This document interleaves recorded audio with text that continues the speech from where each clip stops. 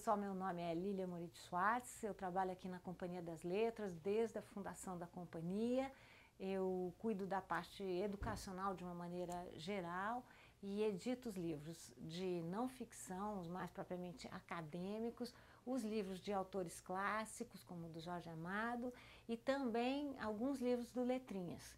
Eu, além dessa minha atuação na Companhia das Letras, eu tenho uma formação em Antropologia e História, dou aula na Universidade de São Paulo, foi por lá que eu fiz o mestrado, o doutorado, a livre-docência e a titularidade, e é por lá que eu leciono. Então eu divido o meu tempo entre a companhia e a Universidade de São Paulo, e agora eu também sou Global Professor em Princeton. Então, na verdade, o meu tempo é um pouco repartido entre esses três lugares: a Companhia das Letras, a Universidade de São Paulo e a Universidade de Princeton, nos Estados Unidos. Bom, Machado de Assis acho que é autor que todos nós precisamos ler e gostamos de ler. Esse livro, Papéis Avulsos, é uma coletânea de contos do Machado de Assis, mas o próprio Machado de Assis diz que são contos que nasceram para estar juntos. Ele diz, trata-se de uma grande família. No caso desses contos, essa foi uma seleção da nossa coleção Penguin Classics. Eu acho que é o grande clássico da literatura brasileira. Nós chamamos um grande especialista para fazer a introdução, o professor João Gladson, e esse livro aqui eu penso que é um livro de lugar obrigatório na estante de qualquer um, de professores, alunos, cidadãos brasileiros de uma maneira geral. É um livro de 1882, é um livro quando Machado de Assis tinha basicamente 40 anos, é conhecido como um livro da crise da maturidade, da crise da meia-idade do Machado de Assis. Ele vem logo depois de Memórias Póstumas de Brás Cubas, e é um livro em que nós temos contos que são os contos mais famosos do Machado de Assis e os mais experimentais. Machado de Assis, que era muito contra o realismo, o naturalismo, ele nesses contos ele joga a imaginação e eles são os mais bem-humorados, os mais engraçados também. Só para citarmos alguns, aqui está o famoso conto O Alienista, né, que conta a história de um médico que resolveu tratar da loucura, começou internando as pessoas da rua, passou a internar a esposa e depois a si próprio, porque ele disse que ele mediria, a partir da sua própria experiência, a genialidade e que havia um parentesco muito próximo entre genialidade e loucura.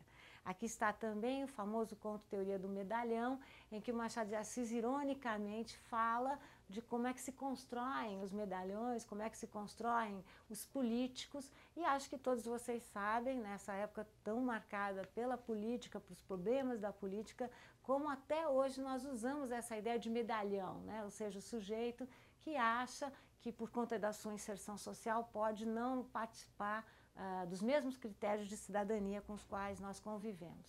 Também faz parte dessa coletânea o famoso Dona Benedita que Machado começa brincando que o maior problema com Dona Benedita era saber que idade ela tinha, né? Ele descreve Dona Benedita tendo 5 anéis na mão, andava por todos os cantos com 5 anéis na mão e nunca conseguia resolver as suas questões.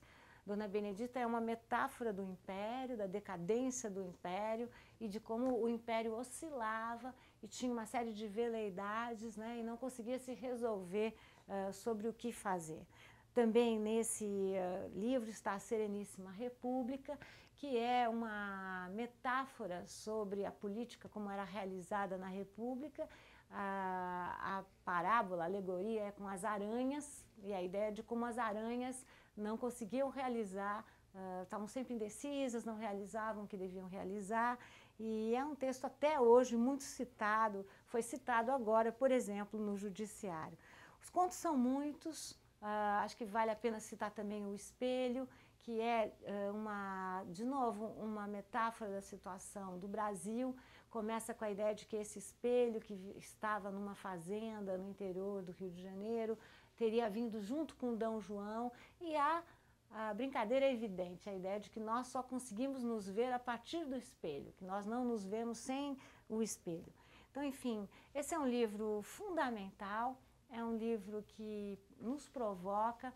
Até hoje a gente tem aqui o melhor de Machado de Assis, um Machado de Assis debochado, brincalhão, que fala com o seu leitor, e bons livros não têm data. né? Então esse é um livro que perdeu a data e com certeza perdeu o seu certificado de validade. Ele tem uma validade aí sem fim.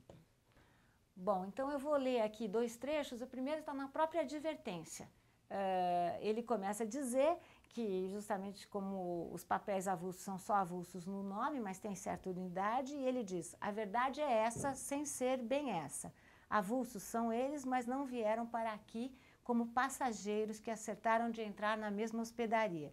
São pessoas de uma só família que a obrigação do pai faz sentar à mesma mesa. Então você já vem o Machado aqui com a sua voz cáustica, satírica, construindo a relação entre os contos, né?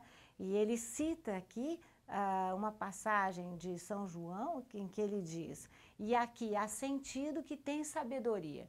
Essa ideia do sentido que tem sabedoria fica evidente nesse arranjo dos contos, né? Dos contos que diz ele, são contos que o espírito fica alegre. O espírito fica alegre, mas a gente não baixa a crítica com o espírito alegre. Então eu vou ler só o comecinho do famoso conto O Alienista, conto em que Machado de Assis faz uma crítica feroz ao cientificismo, ao darwinismo racial e às teorias da época que pregavam que um povo de raças mistas como o Brasil estava condenado à degeneração. Quais eram os grandes sinais de degeneração? Criminalidade e alienação, loucura. Então ele cria esse personagem sensacional, o Dr. Simão Bacamarte, que cria um manicômio na vila de Itaguaí. Eu vou ler só o comecinho para vocês verem um pouco do estilo do Machado de Assis. Começa dessa maneira: de como Itaguaí ganhou uma casa de Orates. Casa de Orates, né? Enfim, refere-se a esse manicômio, e Orates quer dizer indivíduo louco, sem juízo, translocado. Começa assim: as crônicas da vila de Itaguaí dizem que em tempos remotos vivera ali um certo médico, o doutor Simão Bacamarte, filho da nobreza da terra e o maior dos médicos do Brasil, de Portugal e das Espanhas. Estudara em Coimbra e Pádua. Aos 34 anos, regressou ao Brasil, não podendo el rei alcançar dele que ficasse em Coimbra, regendo a universidade ou em Lisboa, expedindo os negócios da monarquia. A ciência, disse ele à sua majestade, é o meu emprego único. Itaguaí é o meu universo. Vocês veem só num comecinho como Machado já localiza a questão de como a formação se dava toda em Coimbra e que quando vem D. João e quando a monarquia vem para o Brasil, um dos sinais de independência foi que a formação se fazia no Brasil, e como ele já brinca com a ciência, ciência que nesse momento era o grande mito do século XIX.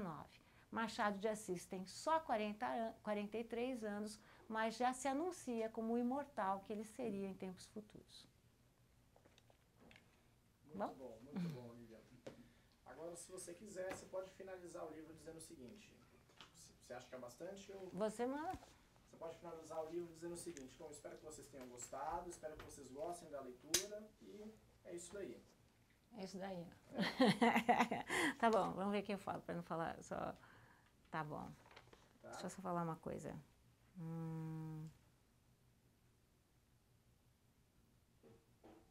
Tá. Bom. Pode falar para essa câmera aqui quando essa você aqui. quiser. Isso. Bom, espero que vocês tenham gostado essa primeira entrada no mundo de Machado de Assis e, sobretudo, de papéis avulsos. Espero que vocês aproveitem muito essa leitura, tanto como eu aproveito, e que percebam como Machado mostra as dificuldades de fazer ficção no Brasil e, no momento em que ele escreve, as dificuldades que ele tinha de pensar a modernidade num país periférico como é esse país. Boa viagem para vocês. Obrigada.